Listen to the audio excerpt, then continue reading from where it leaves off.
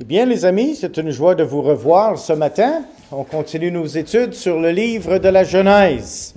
Et vous avez les notes sur l'écran. Et nous avons vu à date un passage, Genèse chapitre 1er. Je vous inviterai de tourner dans ce passage avec moi. On va relire le passage avec lequel vous allez certainement devenir très familier. Alors, Genèse chapitre 1er et le verset 1 et 2 ce matin. Vous êtes prêts? Au commencement, Dieu créa les cieux et la terre. La terre était informe et vide. Il y avait des ténèbres à la surface de l'abîme et l'Esprit de Dieu se mouvait au-dessus des eaux. Le passage que nous avons devant nous ce matin a créé beaucoup de confusion dans plusieurs églises, même évangéliques. Et ce matin, nous allons faire notre possible pour éclaircir le point. Premièrement, il est dit au commencement, Dieu créa les cieux. Le mot hébreu qui est traduit par cieux est au pluriel. C'est donc exact de traduire ainsi au commencement, Dieu créa les cieux. Voyez les amis, les Écritures réfèrent à trois cieux. Nous avons le firmament, tels les nuages, les écluses des cieux, dans Genèse chapitre 7, verset 11. Nous avons un deuxième ciel qui est plus loin que le premier et parfois on y fait référence en disant le ciel des planètes, les étoiles, et les planètes sont dans le deuxième ciel. Et nous avons un troisième ciel qui est mentionné dans la Bible. Le troisième ciel, eh bien, c'est la demeure de Dieu même, bien que Dieu soit omniprésent, présent partout en même temps. Sa demeure spéciale semble être, selon les Écritures, au troisième ciel. Et je fais référence au passage de 2 Corinthiens, chapitre 12 et versets 1 à 4. Ici, l'apôtre dit, « Il faut se glorifier, cela n'est pas bon. » J'ai bien dit, 2 Corinthiens, chapitre 12, versets 1 à 4. Verset 2, « Je connais un homme en Christ qui fut il y a 14 ans ravi jusqu'au troisième ciel. Si ce fut dans son corps, je ne sais. Si ce fut hors de son corps, je ne sais. Dieu le sait. Et je sais que cet homme, si ce fut dans son corps ou sans son corps, je ne sais, Dieu le sait, fut enlevé dans le paradis et qu'il entendit des paroles ineffables qu'il n'est pas permis à un homme d'exprimer. » Alors nous avons clairement une référence à ce troisième ciel. Et évidemment, Jean chapitre 14, versets 1 à 4, « Je m'en vais pour vous préparer une place, nous dit le Seigneur Jésus-Christ. » Alors le texte dit qu'il y a au commencement Dieu créa les cieux, mais au commencement Dieu créa la terre. Nous avons plus de détails concernant la terre et les hommes qui l'habitent, plutôt que le ciel et les astres que Dieu a créés dans les cieux. La terre, comme les cieux, fut créée sans l'aide de matériaux préexistants. Nous avons fait référence il y a quelques semaines au livre de Hébreux que j'aimerais reprendre ce matin parce que c'est clairement un passage que nous devons savoir et même mémoriser. Hébreux chapitre 11, verset 3. Ce texte fait référence à la création initiale. C'est par la foi que nous reconnaissons que le monde a été formé par la parole de Dieu, en sorte que ce qu'on voit n'a pas été fait de choses visibles. Alors, dans ce passage, c'est intéressant de constater que la foi est mentionnée dans le même contexte que la connaissance. C'est par la foi que nous reconnaissons. Alors, notre foi est une foi intelligente. Ce n'est pas une foi de sauter dans le vide. C'est une foi qui s'appuie sur la connaissance de la révélation de la parole de Dieu. Alors, c'est par la foi que nous reconnaissons que le monde a été formé par la parole de Dieu. Dieu a parlé et les choses ont été créées. C'est intéressant que la Genèse le dit, mais que le livre de Hébreux dans le Nouveau Testament le confirme. Alors nous devons accepter les deux parce qu'ils sont pareils et ils se soutiennent l'un l'autre, ou si quelqu'un ne veut pas les accepter, il doit rejeter les deux. On ne peut pas accepter le Nouveau Testament et rejeter ce que Genèse dit dans l'Ancien Testament. À la création, la Terre n'avait pas de traits significatifs, tels par exemple des continents, des montagnes, des bassins d'océans, car ceux-ci furent formés le troisième jour. Elle n'avait pas non plus de couches de sédiments ni de fossiles, car ceux-ci furent le résultat du grand déluge, le déluge de Noé. Mais elle contenait les éléments de base ainsi que les éléments fondamentaux de notre Terre actuelle. Nous pouvons conclure certaines choses ce matin sur les faits que nous avons regardés à date. Premièrement, c'est que David dit dans le psaume 8, le verset 4, « Quand je contemple les cieux, ouvrage de tes mains, la lune et les étoiles que tu as créées, qu'est-ce que l'homme pour que tu te souviennes de lui? » C'est à la lumière des activités créatrices de Dieu qui sont si magnifiques que l'homme peut voir son insignifiance. Qui es-tu? Qui sommes-nous? Nous sommes un moins que rien. Lorsque tu regardes à la création, tout ce que Dieu a fait, c'est inimaginable que le Dieu créateur du ciel et de la terre ait donné son amour envers nous, les êtres humains. Quand les cieux et la terre auront rempli le destin voulu par Dieu, ils s'enfuiront loin de la face de Dieu et aucune place pour les cieux et la terre ne sera trouvée. Il y a une chose que nous devons réaliser. Oui, Dieu a créé les cieux et la terre, mais ceux-ci ont une date limite d'expiration. Nous ne connaissons pas cette date limite d'expiration, mais il est dit clairement dans la parole de Dieu, dans le livre d'Apocalypse, que je vous inviterai de tourner avec moi, Apocalypse chapitre 20e et le verset 11. Ici, il est dit, on parle du grand trône blanc lors du dernier jugement des incroyants. Puis je vis un grand trône blanc et celui qui était assis dessus.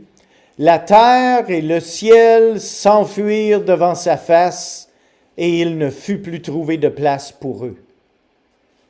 C'est quand même intéressant. Alors oui, vous pouvez avoir une belle maison, mais attachez-vous pas trop à votre belle maison parce qu'un jour, le tout va disparaître. Il n'y en aura plus. Mais on doit mettre notre espérance vers le nouveau ciel, la nouvelle terre, laquelle fera partie de l'éternité future. Et la raison pour laquelle cette terre et les cieux vont disparaître, c'est à cause du péché qui est arrivé dans Genèse chapitre 3e que nous allons étudier en détail ensemble.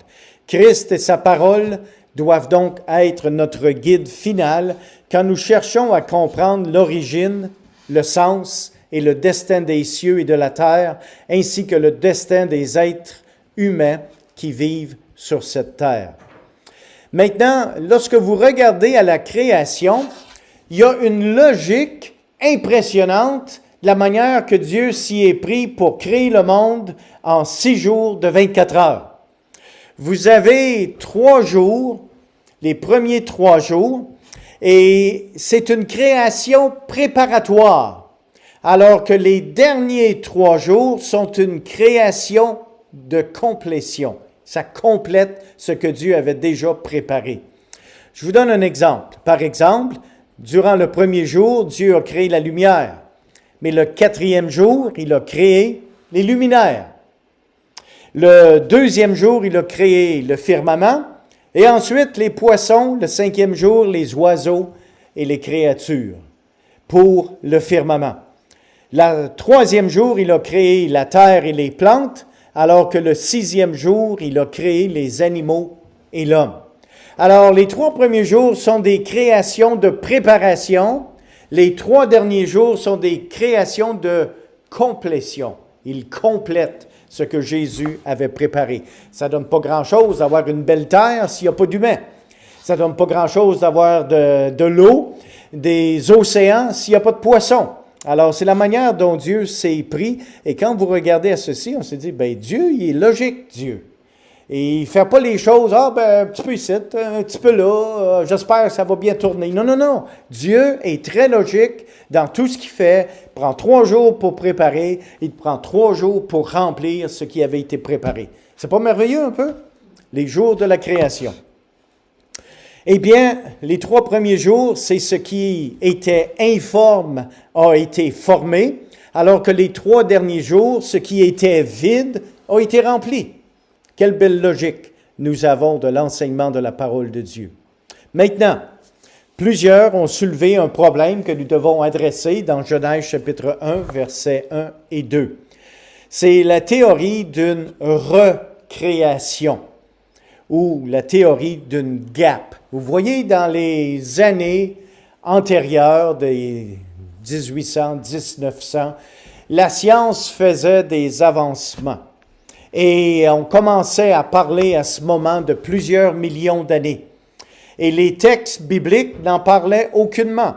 Alors certains ont cherché à avoir de l'espace vide pour adapter l'explication évolutionniste sans toutefois ignorer la Bible. Et voici comment il s'est pris. La théorie d'une recréation. C'est important pour nous parce qu'il y a des églises évangéliques qui y croient. Alors nous allons prendre le temps ce matin de l'expliquer et de voir qu'est-ce qu'il y en est au niveau théologique. Eh bien, certains étudiants de la Bible ont longuement discuté la question pour savoir si la création originelle des cieux et de la terre doit être comprise comme un événement à l'intérieur du premier jour de la création, ou si une période vaste de temps s'est écoulée entre la création originelle et Genèse 1. Je vous explique. Tournez avec moi encore une fois dans Genèse chapitre 1 et le verset 1er. Alors ici, ces gens disent ceci, je vous donne un sommaire.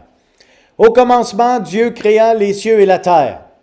Entre le verset 1 et le verset 2, il y aurait, selon eux, des millions et des millions d'années, avec toutes des cieux et une terre et une race pré-adamique qui aurait existé avant Adam et Ève. Et tout ça se serait passé entre le verset 1 et le verset 2. Hey, ça en prend de l'imagination pour arriver à une telle situation. Et qu'est-ce qui est arrivé ici? Eh bien, au verset 2, la terre était informe et vide. Mais ça, le fait que la terre était informe et vide, c'est parce que Satan est tombé du ciel, et puis c'est lui qui a corrompu la terre, puis maintenant Dieu est obligé de condamner tout ce qu'il avait fait, incluant la race pré-adamique, et maintenant il va recréer la terre. Toute une invention pour accommoder un système évolutionniste. Et je trouve ça plutôt navrant que même certaines églises évangéliques croient à ceci dur comme fer. Alors, qui soutient cette théorie de recréation? La théorie de recréation ou théorie de la ruine et reconstruction a été largement acceptée parmi les chrétiens évangéliques depuis le 19e siècle.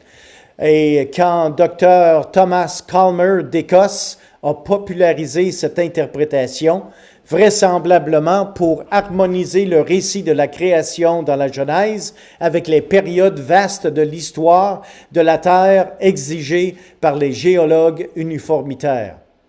La théorie fut élaborée en 1876 par un George H. Pember, Earth Early Age, puis énormément popularisée dans les notes en bas de page de la Bible de référence Scofield, que vous connaissez probablement, en 1917.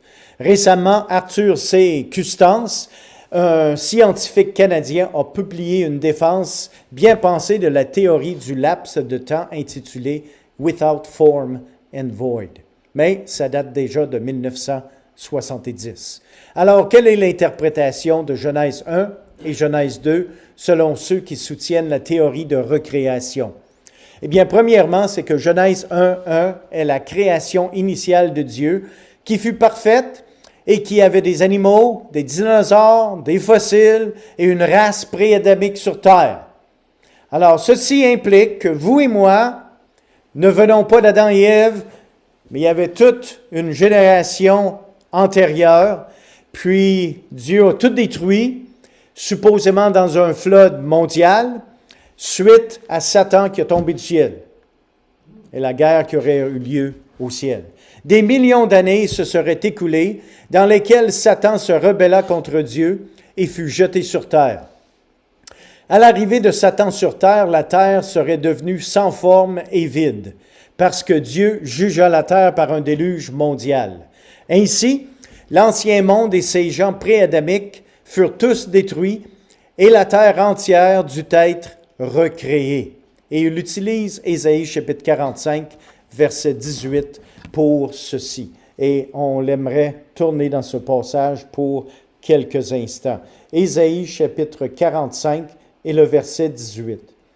Car ainsi parle l'Éternel, le Créateur des cieux, le seul Dieu qui a formé la terre, qui l'a fait et qui l'a affermi, qui l'a créée pour qu'elle ne fût pas déserte, qui l'a formée pour qu'elle fût habitée. Je suis l'Éternel et il n'y en a point d'autre. Alors, ça prouve quoi? Ça prouve que Dieu a créé la terre, tout simplement. Rien de plus. Il y a des difficultés que nous pouvons observer par cette théorie que certains ont avancée. Eh bien, en premier lieu, la théorie du laps de temps entre le verset 1 et le verset 2 doit redéfinir l'expression « très bon ». Parce qu'après chaque jour de création, Dieu vit tout ce qu'il avait fait et voici, cela était très bon. Alors, quand Dieu a créé, séparé les eaux, quand Dieu a créé la lumière, il est dit que ceci était très bon. Comment Dieu aurait pu dire ceci est très bon s'il y aurait eu un désastre affreux auparavant? Ça ne tient pas la route. De plus, ce monde, très bon, serait déjà devenu le domaine d'un être déchu et méchant qui est décrit ailleurs dans les Écritures comme le Dieu de ce monde. Vous regardez à 2 Corinthiens chapitre 4, verset 4, il n'y a aucun doute que Satan est le Dieu de ce monde suite au péché d'Adam et Ève. Alors, comment pourrait-on dire de la création de Dieu qu'elle était très bonne si Satan parcourait déjà la terre? Alors, si tout a été effacé de ce qui aurait existé auparavant suite à Satan qui tombe du ciel, comment, dans cette situation, Dieu aurait pu créer quelque chose et dire que c'était très bon? Eh bien, pourquoi Dieu jugerait-il le monde par un déluge quand ce fut Satan qui pécha au ciel? Et ça, là, c'est un argument qui est très fort. Parce que Dieu, dans tout ce que nous connaissons des Écritures, n'a jamais manqué son coup lorsqu'il juge quelqu'un. Il juge toujours celui qui est coupable et il laisse aller, protège celui qui est innocent. Pensez par exemple à l'arche de Noé. Le monde entier fut détruit. Seulement 8 ont été sauvés. Dieu aurait pu tout détruire. Même Noé, ses fils, ses femmes. Ben non, Dieu, pensez à Sodome et Gomorrhe. Sodome et Gomorrhe ont été détruits, mais Lot a évité la destruction.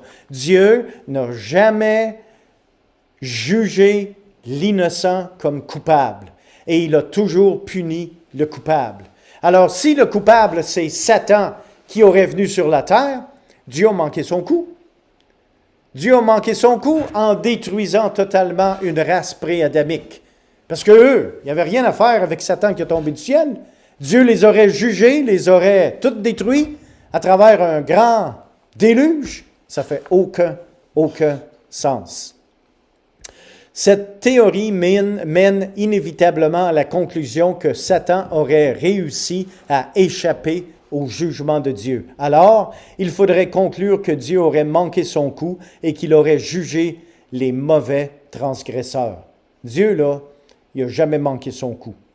La théorie du laps de temps détruit la doctrine du salut, parce que s'il y avait une race pré-adamique, pré-satanique, qui a tombé du ciel, ben, ce monde-là, complètement innocent, il serait sauvé. Il serait où? Alors Dieu les aurait détruits, les aurait tenus comme coupables. Ça ne fait aucun sens théologiquement face au salut. Deuxièmement, la théorie du laps de temps suppose que les animaux carnivores et autres vivaient et mouraient non seulement des millions d'années avant Adam, mais même avant la chute de Satan. Mais est-ce que la mort aurait pu régner dans le royaume animal dans un monde sans péché? Pourquoi les animaux meurent? Pourquoi nous mourons? C'est à cause du péché. Mais s'il n'y en avait pas pendant des millions et des millions d'années, comment ça se fait que les animaux mouraient, se seraient fossilisés dans un grand déluge? Ces animaux-là, il y a un problème. Troisièmement, ici, souvenons-nous ici que la terre souffre énormément. Et c'est à cause du péché d'Adam. J'aimerais vous amener à une lecture de la parole de Dieu dans le livre de Romains, chapitre 8, et le verset 20.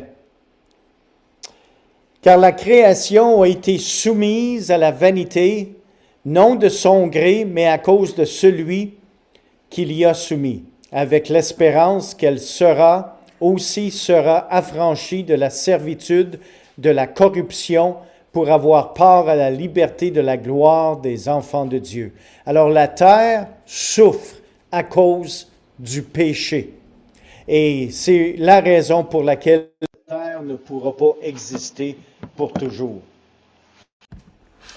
Eh bien, troisièmement ici, si selon la théorie du laps du temps, tous les animaux et les plantes du premier monde furent détruits et fossilisés, il ne pourrait pas y avoir de relation génétique avec les choses vivantes de notre monde actuel. Si les fossiles viennent pré-adamiques, puis que ces fossiles-là, on les compare aux animaux d'aujourd'hui, puis qu'ils sont pareils, bien, il y a un problème. Ce qui veut dire que c'est quoi la recréation à ce moment-là? Alors, il y a un problème ici de logique.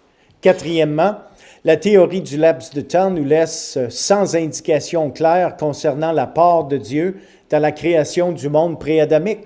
C'est qui aurait créé ce monde pré-adamique? Dieu.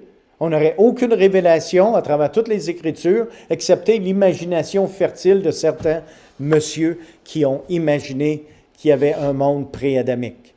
Alors, n'oubliez pas ici que cette présupposition insensée détruit la vérité divine exprimée par Moïse dans Exode chapitre 20, verset 11. Lorsqu'il est dit, le Seigneur a donné le sabbat sur la base de l'exemple des 6 jours de création.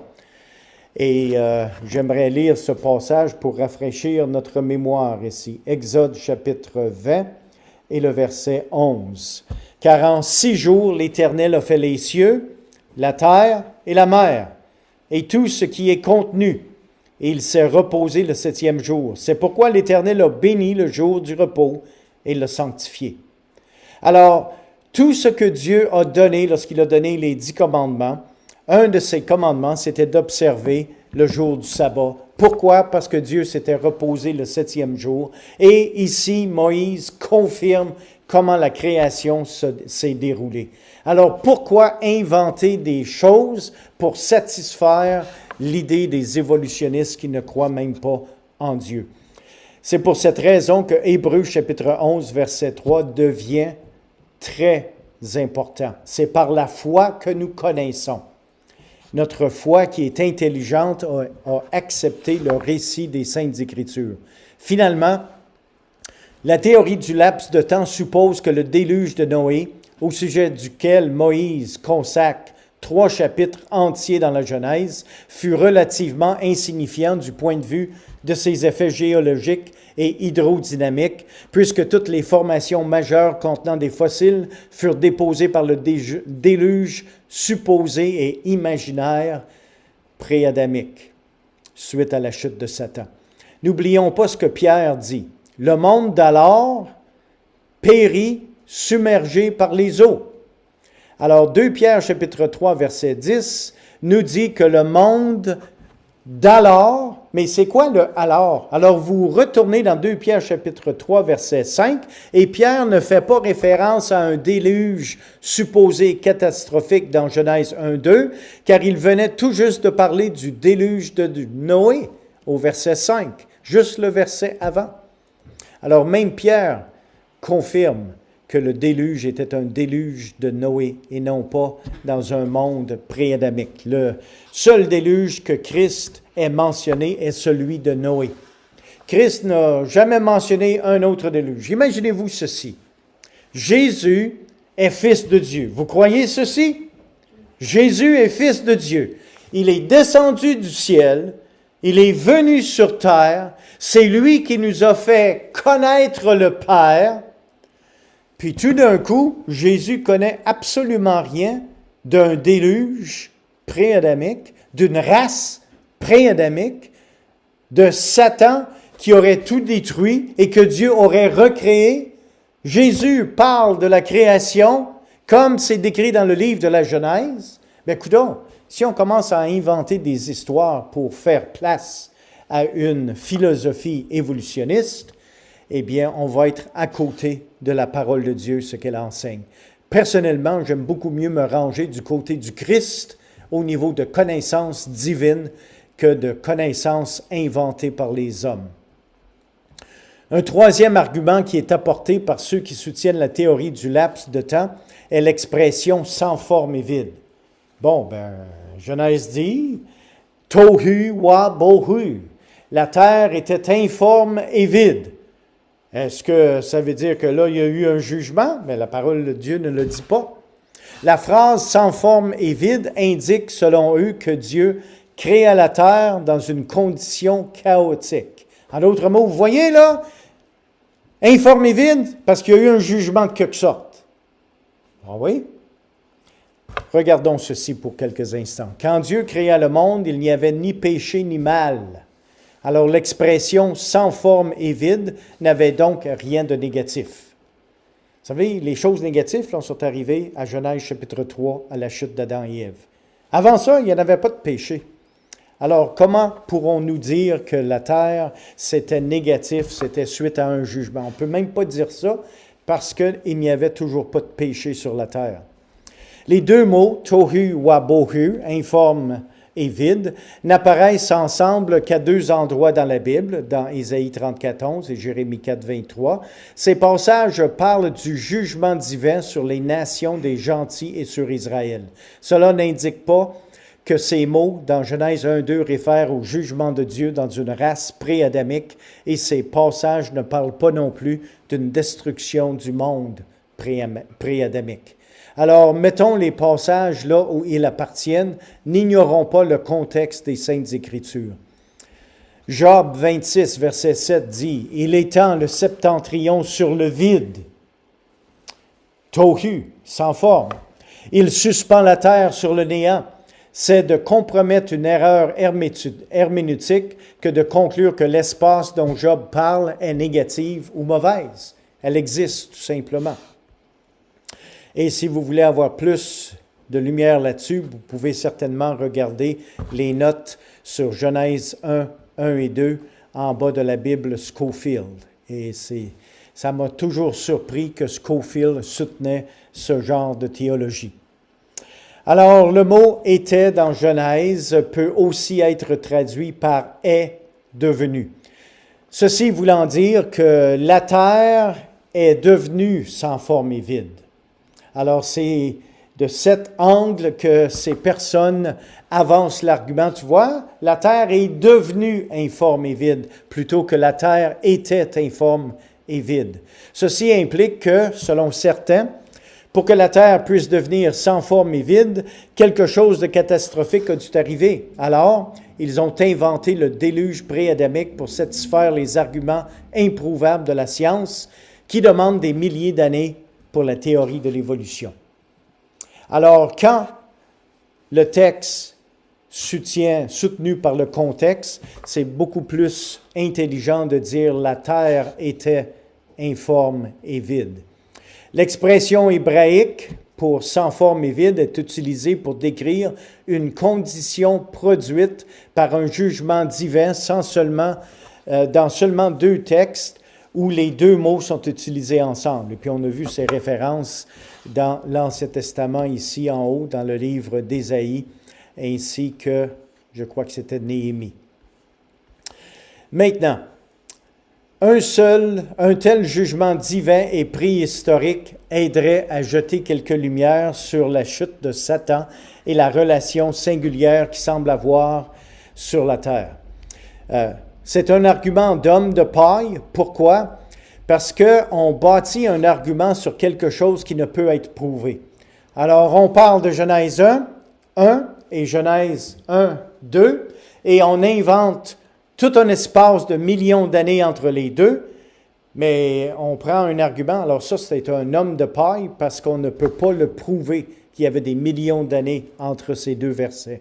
Cet argument soulève plutôt d'autres questions sur Satan.